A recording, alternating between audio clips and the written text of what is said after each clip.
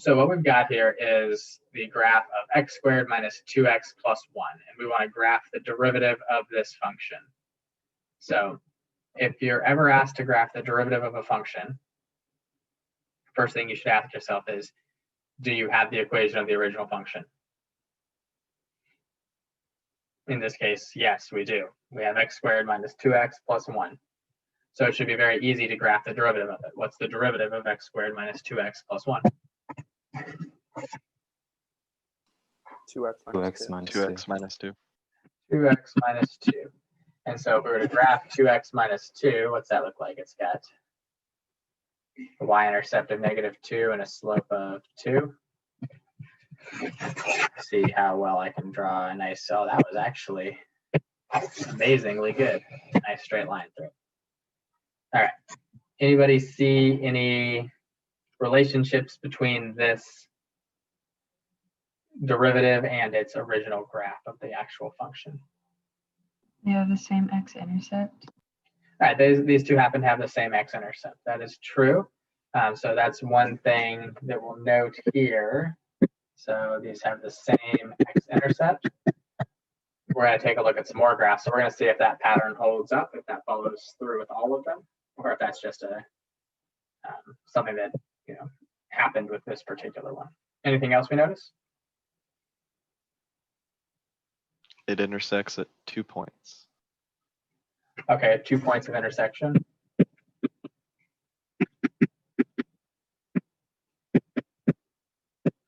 So we'll take a look at that also and see if that is a pattern that repeats itself when we do some more of these.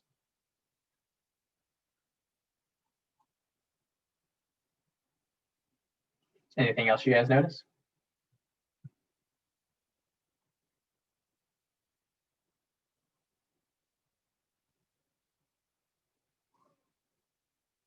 No, that's fine. That's fine if that's all you notice. Let's look at another one. Okay, we're going to take a look at 2 or 3 of these, probably 3 of these, and then we're going to go back and see if we can compare some stuff and figure out some more stuff about it. So we've got x cubed minus 3x. I've already graphed x cubed minus 3x for you.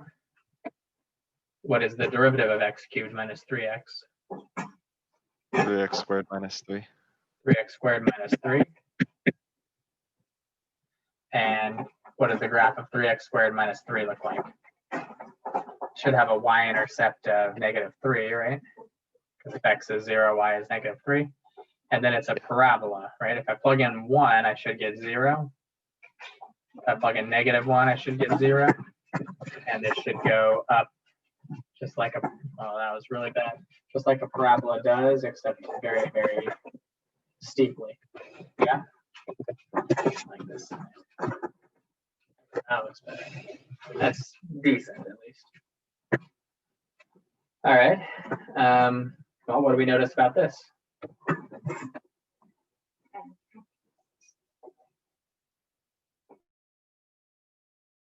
Intersects at 2 points.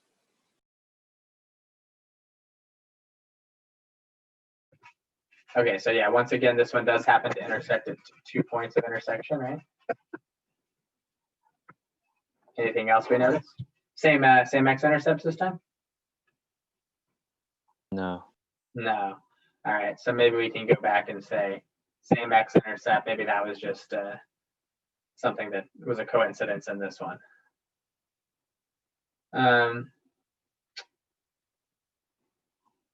What else from this one here? Anything else we notice? They have the same domain.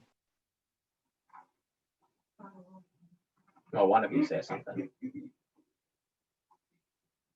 Oh, the x-intercepts of the derivative function are where the original function changed direction. Okay, so where we had a local max and a local min, right? Where we had turning points. Yeah. Okay, so we'll say, let's see, how are we going to say this? We're going to say x-intercepts of f prime are max or min of f. Is that the same as on this one? Just out of curiosity. Yeah, so our x-intercept of our derivative was at the same x value as our local min, right? So we could say x-intercept of f prime is the same as our minimum. Yeah. Okay. Anything else we notice about this one?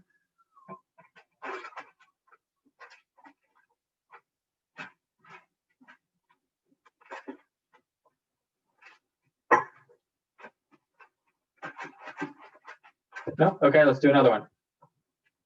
Last one we're going to do. So we have x to the fourth minus 5x squared plus 4. What's the derivative of that? 4x cubed minus 10x. Yeah, let's do this. Keep doing these in red. Just for making it the same. 4x cubed minus 10x.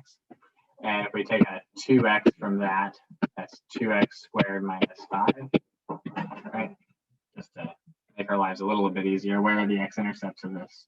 Should be one at x equals 0, right? And there should be one at positive or negative the square root of 5 halves. Well, square root of 5 halves, that's the square root of 2 1/2, which should be somewhere between 1 and 2. My guess is it's right there at these local minimums that we've got. So let's put those points on. Okay. And this is a cubic function, and cubic functions look like this, right? Unless they're negatives, in which case they would look like this. Yeah. So we've got something that's going to look, we don't know exactly how high up this is going to go, but probably not that big of a deal.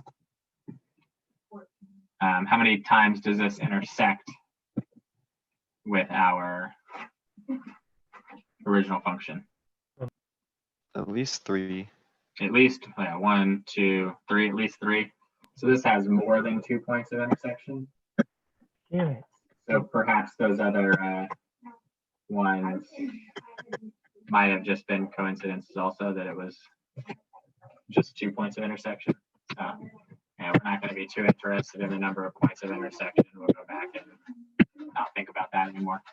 But is the same thing applying, that the x-intercepts of the derivative are at the local maxes or local mins of our original function? Yeah. Yeah, okay, so that looks like this one, right? That seems to have happened in all 3 of them, right? The x-intercepts of f prime are the same as max and min of f. Okay, anything else that we notice?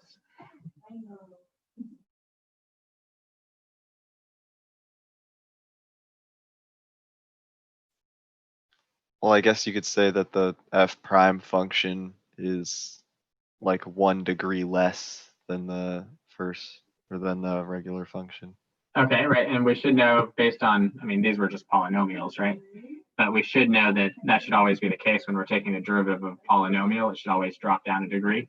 So if we're trying to graph the derivative, that's going to be super helpful to us to know that a 4th degree function is going to turn into a cubic, right? Or a cubic is going to turn into a parabola, or a parabola is going to become linear. Or a linear function would become what?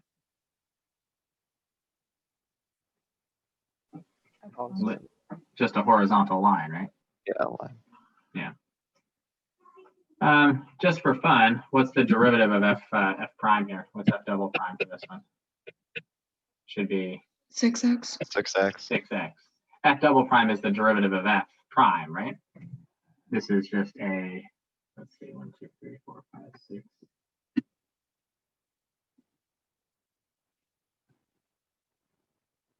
Just a straight line. It's as straight as I can draw it on my laptop. But what do we notice? That the derivative of f prime has an x-intercept, where f prime has a local min. So it even still applies between the first derivative to the second derivative. Yeah. Everybody see that? Yeah. Cool. What other things might we notice? Let's go back to the original one here that we were looking at. Let's think about when our derivative is negative. So when is our derivative negative?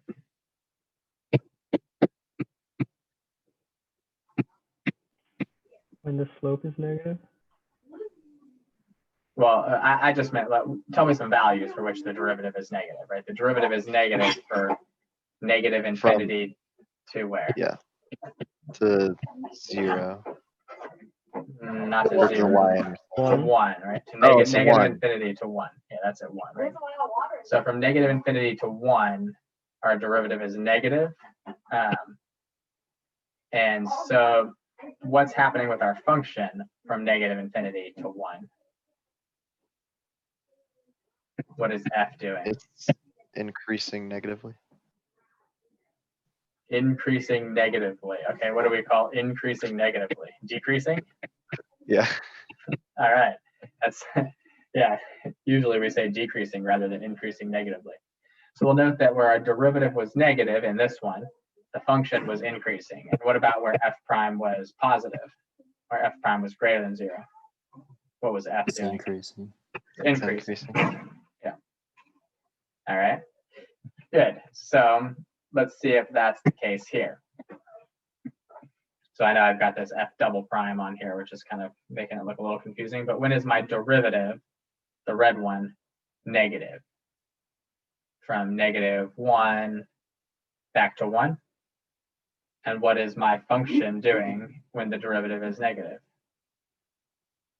It's decreasing. It's decreasing, right? When f prime is less than 0, f is decreasing. And what about when f prime is greater than 0? Like from negative infinity to -1, our function is increasing. And from 1 to infinity, our function is increasing. Good or no?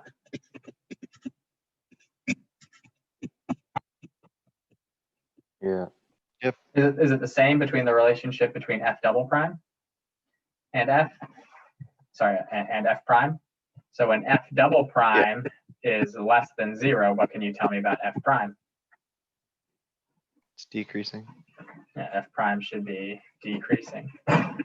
And that's the case, right? When f double prime is negative, from negative infinity to 0, f prime is decreasing. And then the opposite, when f double prime is positive, then f prime is increasing. Good or no? Yep. All right, let's keep looking at let's see if that all still applies here. Seems like it's going to, right? Otherwise I wouldn't be spending that much time on it.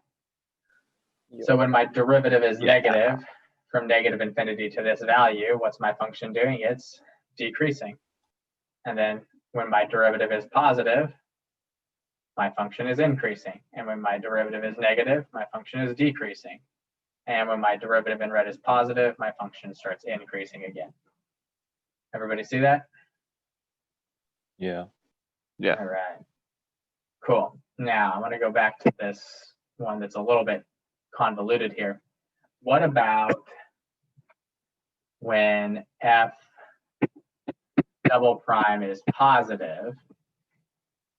What is going on with our original function?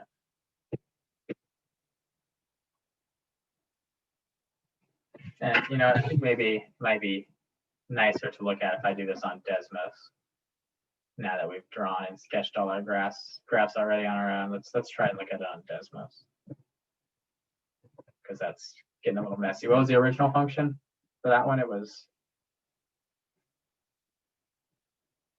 x cubed something?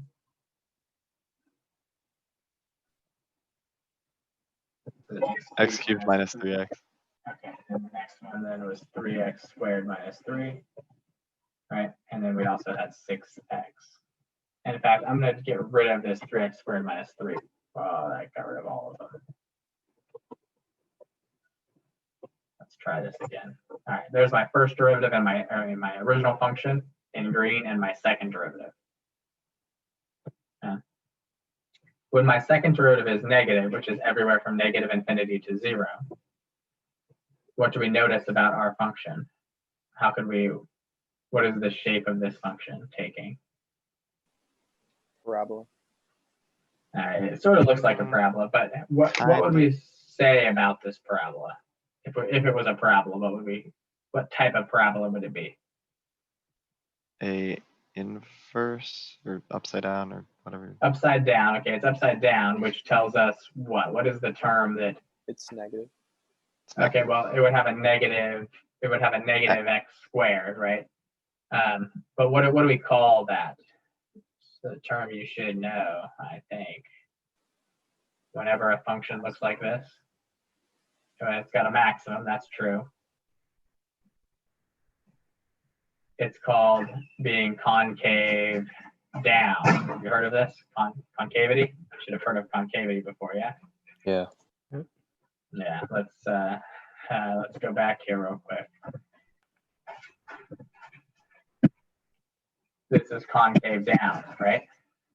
Anything that looks like a downward facing parabola that has that general curvature is called concave down. Anything that is got that general upward facing curvature is called concave up.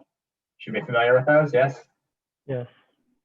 Okay, hopefully so, right? And they come from, your parabola is either concave up or concave down, depending on whether the x squared term is positive or negative, right? If it's positive x squared term, it's concave up. If it's a negative x squared term, it's concave down. So in the places where our second derivative is negative, what is our function doing? Our function is being concave Down. right? This is concave down when my second derivative is negative. And what about when my second derivative is positive? It's Concave up. concave up. So that's another important point we might want to think about. It worked really nicely for the one we were just looking at. What about this one? What's the second derivative here?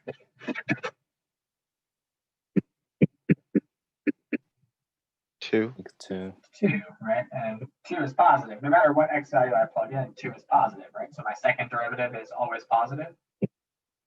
Yeah. Which should tell me what about this function's concavity? It should always be concave Up. up. And that's exactly what it is. It's an upward facing parabola, right? It's always concave up. And if we were to look back at this one that we did, and let's put it on, I'm gonna put it on Desmos also. So somebody's gonna need to read to me what was that equation, that last one? Is it x to the 4th something? I don't have it. X to the 4th minus 5x squared plus 4. Plus 4, okay. And so what's the second derivative? I believe it should be what, 12x squared and then minus 10. Does that sound right? Yes. All right, so when our second derivative in red is positive all the way up until this point right here, our graph is concave up. And then it switches to being concave down while our derivative is negative. And then it switches back to being concave up once our derivative switches back to being positive. Everybody see that? Yep. Yeah. And what do we call a point where the function stops being concave up and starts being concave down, or vice versa? It goes from concave down to concave up. A local maximum or minimum. No, that's where it stops going down and starts going up. But when it changes from concave up to concave down, it's got a different name. Somewhere in between here, like right at, somewhere like right at this point right here, let's say on the parabola.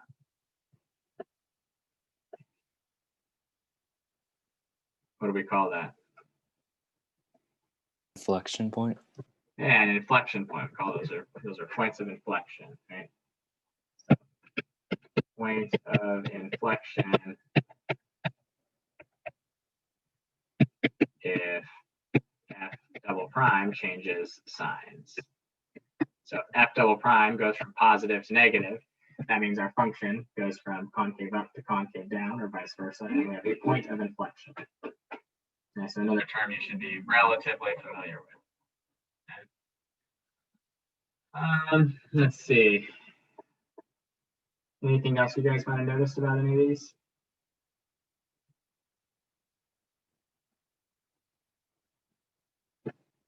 We noted, right, that our x-intercepts of f prime are our max and min of f. Right, our derivative going from a positive value to a negative value gives us a maximum, and our derivative going from a negative value to a positive value gives us a local minimum.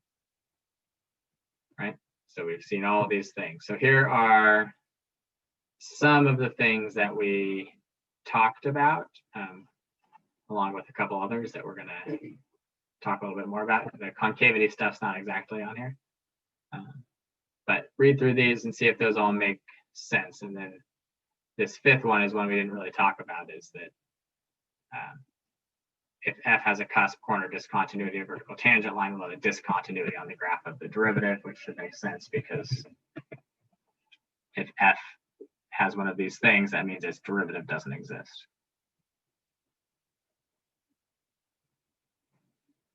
Any questions on those?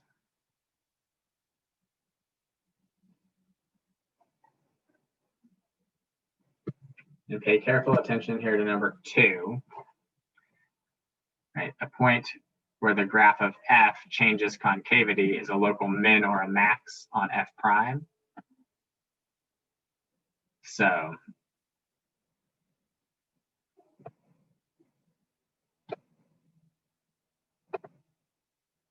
if I now do go throw in just my first derivative here, which should be 4x cubed minus 10x, right? The places where it changed concavity, which were 12x squared minus 10, this green one, right, where the green one went through our second derivative went through the x-axis. Straight up there, our derivative has a local max, and straight down here, our derivative has a local minimum. So that's places where our original function was changing concavity because we had a point of inflection because the second derivative changed signs. The first derivative had a local max or a local min. You guys see that on the graph? I know it's a lot of different colors of lines there, but does that make sense? Yeah. Can you explain it one more time? Yeah, so let's see here. Let's get rid of our second derivative for a minute. In fact, let's get rid of this one too. Where does this change concavity? Well, it's concave up, concave up, concave up. Somewhere in here, right? It changes concavity to being concave down. We can't see exactly where, but becomes concave down for a while. Then it changes back and becomes concave up. Yeah. Mm-hmm. All right. So good with that. Yeah. Okay, so then if we look at our first derivative, 4x cubed minus 10x, somewhere in between here, about where it looks like it changes concavity, our first derivative has a local maximum. And same over here, somewhere in between here where it looks like it changes, our first derivative has a local minimum.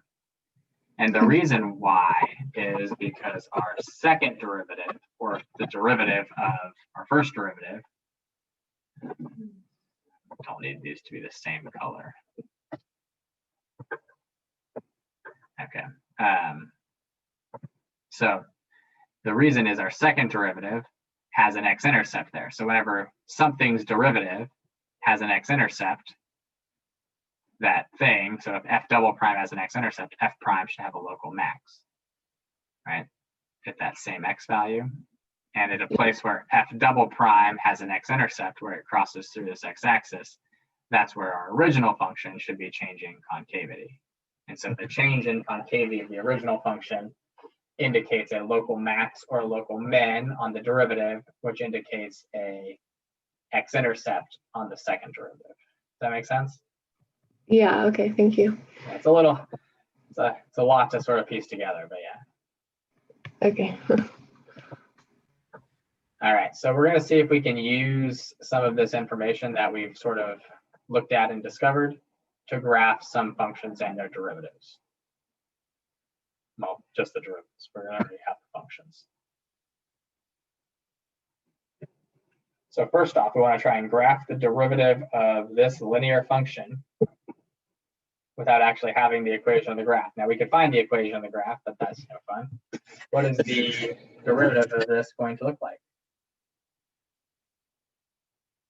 A horizontal line. A horizontal line, and it should have a slope of whatever the slope of this line is. I'm sorry, it should have a y value of whatever the slope of this line is. So what's the slope of this line? 2. 2. 2. So the derivative should always be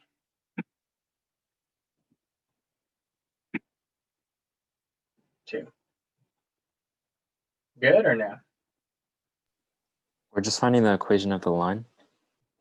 Yep, we're just graphing the equation of the derivative. So this is f of x, this is f prime of x.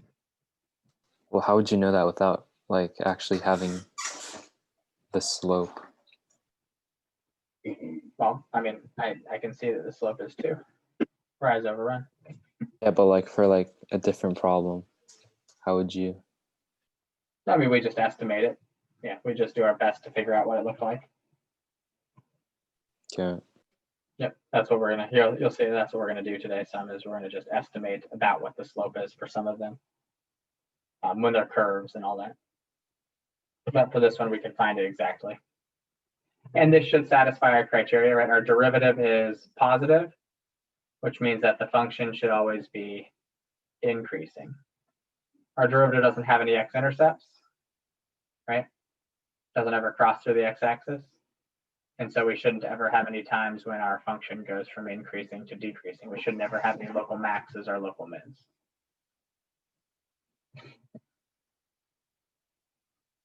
Good or no? Good. All right.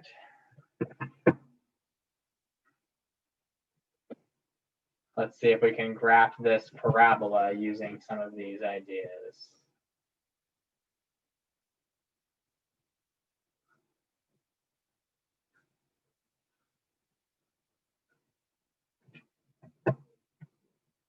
So first off, if our function has a local minimum, what should our derivative have at that same x value? An x-intercept. Should have an x-intercept. Yep. And when our function was decreasing, what should our derivative be? Decreasing. Negative. It should be negative, right? When a function is decreasing, right, f is decreasing, f prime is negative. And this looks like a parabola, so I should have a linear piece for my derivative, most likely. And so I should have some sort of linear function down here. What does it look like, let's say, at around this point? What does it look like the slope of the tangent line is there? Let's say at negative, or sorry, at positive 2, what is the slope of the tangent line is?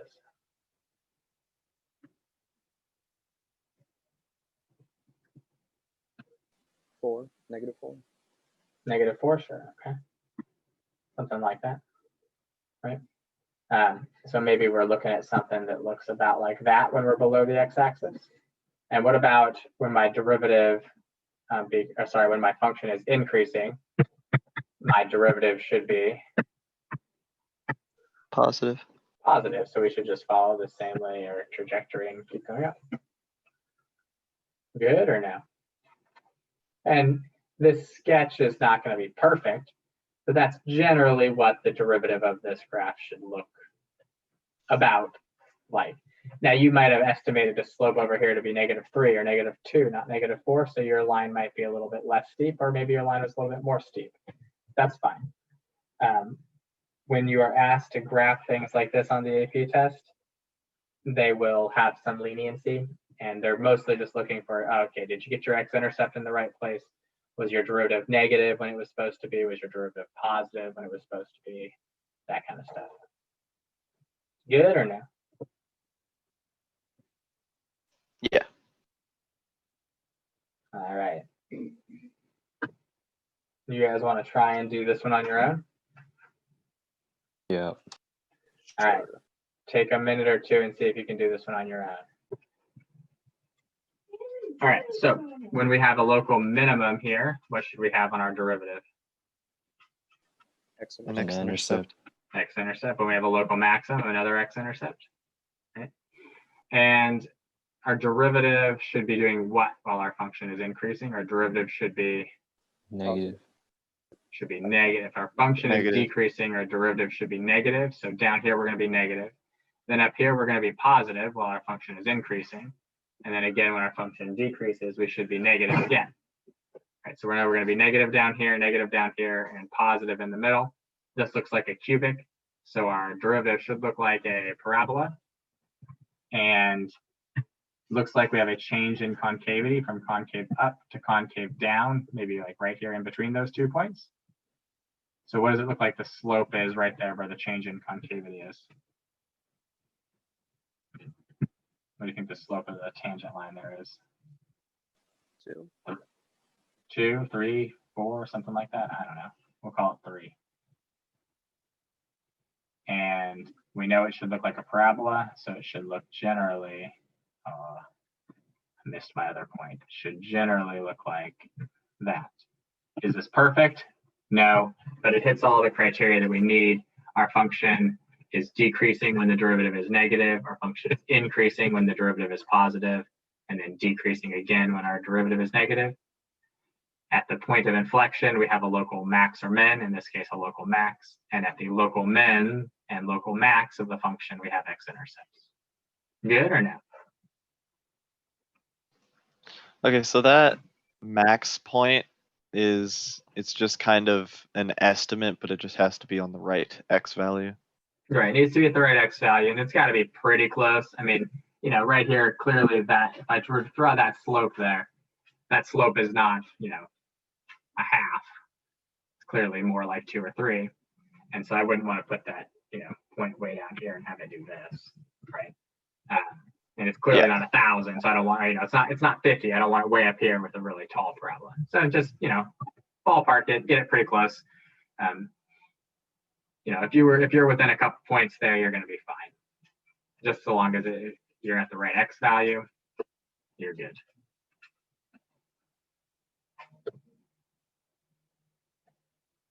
All right. Let's take a look at this one. This one should be pretty easy, I think. We haven't seen one that's quite like this yet, where we've just got a corner here, right? We got a corner right there. So what does that tell us about the derivative at x equals 2, or sorry, negative 2? Doesn't exist. Does not exist. Right, there's a discontinuity on the graph. The derivative doesn't exist there. So what's this derivative coming up to negative x equals negative 2? All the way until we get to negative 2, what is this slope? 1. Just Be one negative or negative 1. It's really difficult to draw on these lines on here. Negative 1, and then we have a discontinuity, and then what does it jump to be? Jumps to be 2. like 2, right? Good. Any questions or issues with that?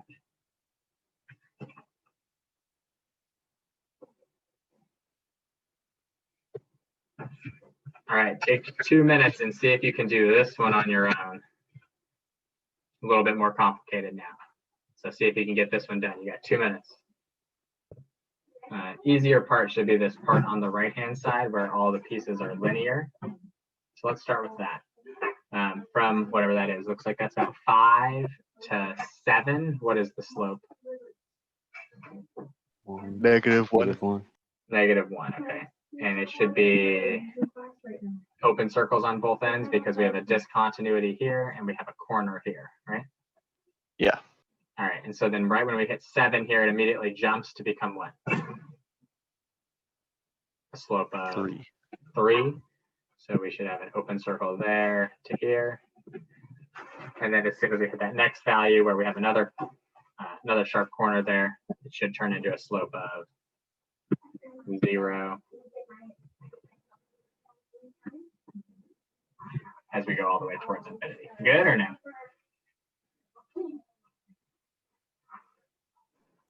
Good. All right. So then let's look here. We have a cusp here, right? Which is going to tell us that at x equals 1, the derivative is also undefined. So let's look as we come into x equals 1. What does the slope look like it is? That curve. Negative.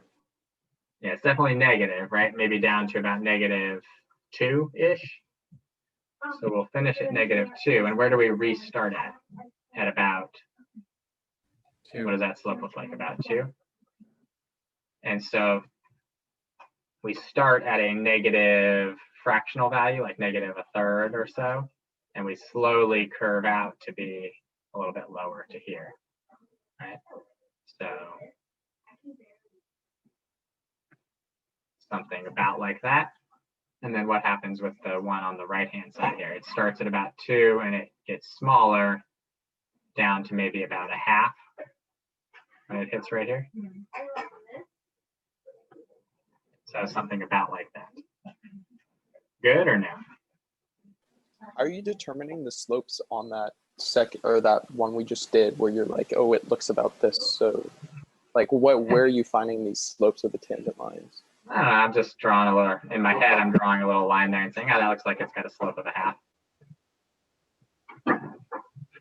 Okay, and then If you did before that and said, oh, at the Go turning point or whatever at the cusp, you're like, oh, that looks like the slope of 2. Just yeah, it put looks it like at 2. about 2 there, yeah. I mean, if you did that and said, oh, it looks like it's 3, then fine, start yours at 3. I'm not going to mark you down for that.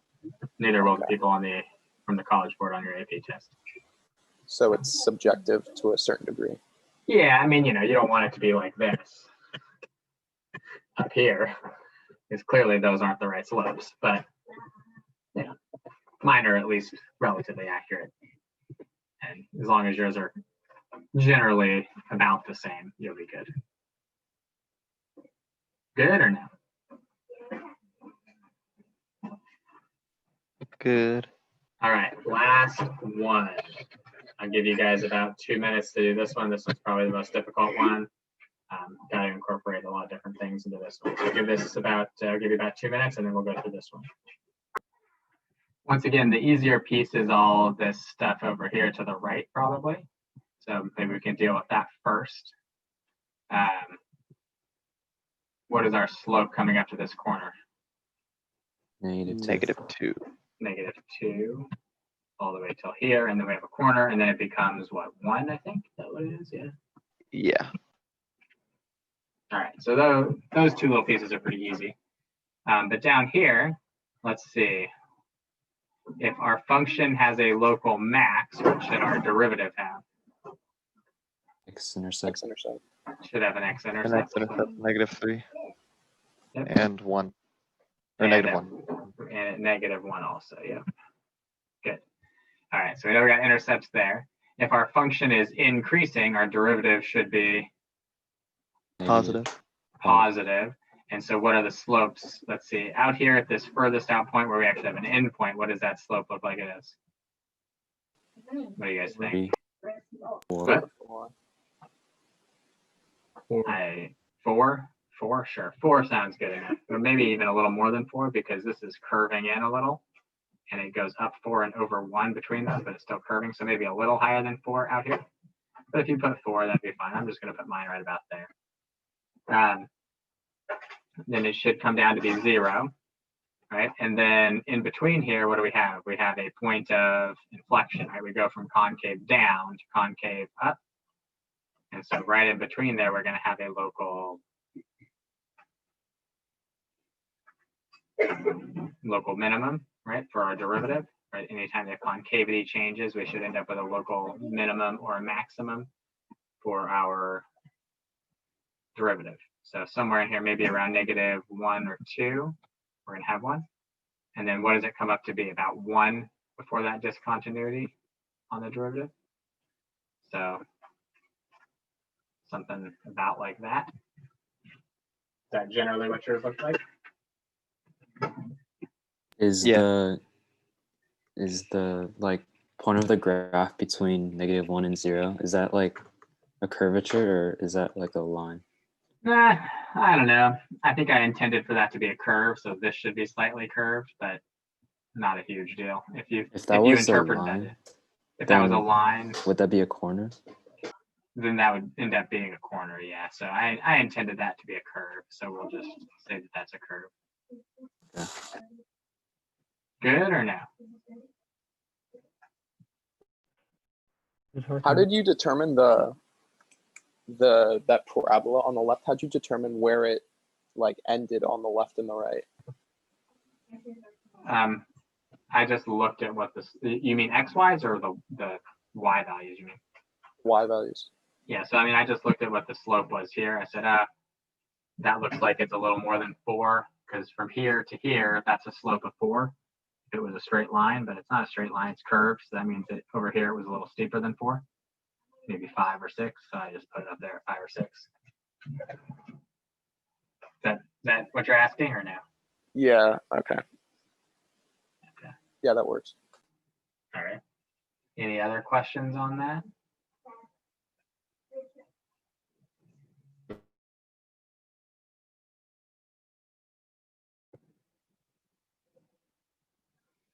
right. Do you guys feel like you could successfully graph derivatives if I gave you functions? After a few more practice, maybe. All right. So this afternoon in Google Classroom, I'm going to put up a link to a place where you can practice these. There's, I can't remember what the name of the person is, but somebody made a website that's got, you know, they'll give you a function and they'll have you graph the derivative, plot the points, and do your best, and they'll tell you how accurate you work. If you're getting like 70 to 80% accuracy, 85% accuracy, you're going to be doing just fine on this link that I send out later. So I'd like you guys to practice that a little bit tonight while you're finishing up your L'Hopital's rule worksheet that is due this evening. Sound good? Yeah. All right. And in fact, yeah, I think we'll stop there. I don't think we'll start any new notes since we only got about 15 minutes left. So why don't you guys get some work done on your L'Hopital's rule worksheet, and then I'll post the link up in the chat here in just a second so that you guys can start taking a look at that derivative worksheet also. Sound good? Yep. And you're also going to post the link later on Google Classroom? Yeah, I'll post it up in Google Classroom later, but I'll put it in the chat here in just a minute also. When you have a chance, can you go over a number 11 on L'Hopital's rule? Yeah, sure. I can just do that right now if you want. If you can tell me what it is.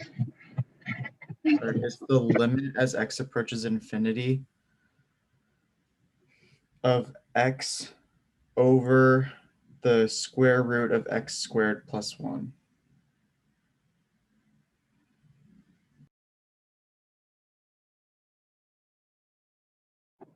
And then isn't that infinity over infinity? So you have to do L'Hopital's rule. Yes, it is. 1 second, and then I'll do this problem.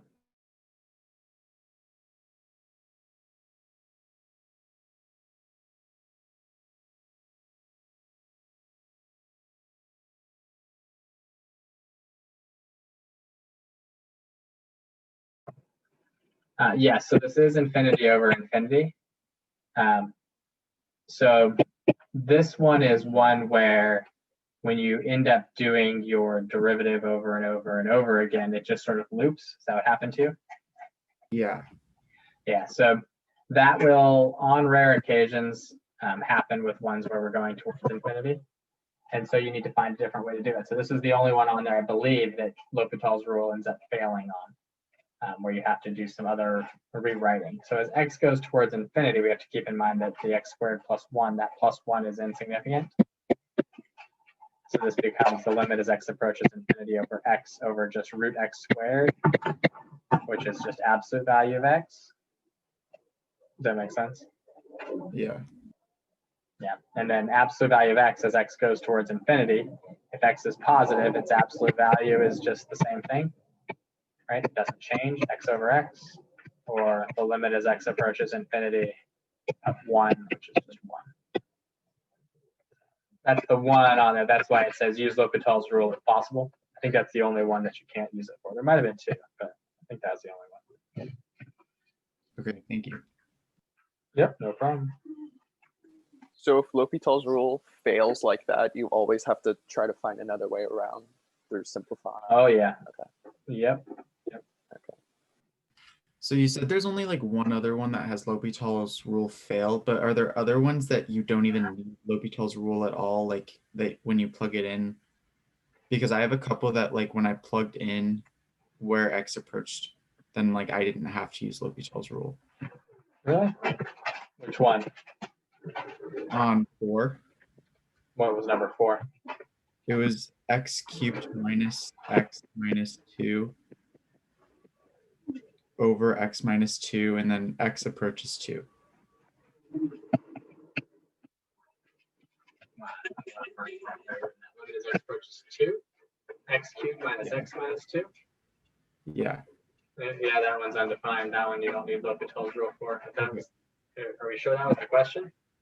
I think so. All right, well, go back and check and make sure that was the actual question. Yeah, I got a similar one on that too. Yeah, it's right. All right, well then, yeah, you don't need L'Hopital's rule for that one. You can just say that that is either approaching infinity or negative infinity, or you can say it doesn't exist. So you don't want us to find like whether or not it's negative or positive infinity? You can just say it doesn't exist. Okay. Yeah, infinity is fine, negative infinity is fine, whichever one's correct is fine, or it does not exist is fine. Okay, thank you. Any other questions on that L'Hopital's rule stuff or anything else for that matter?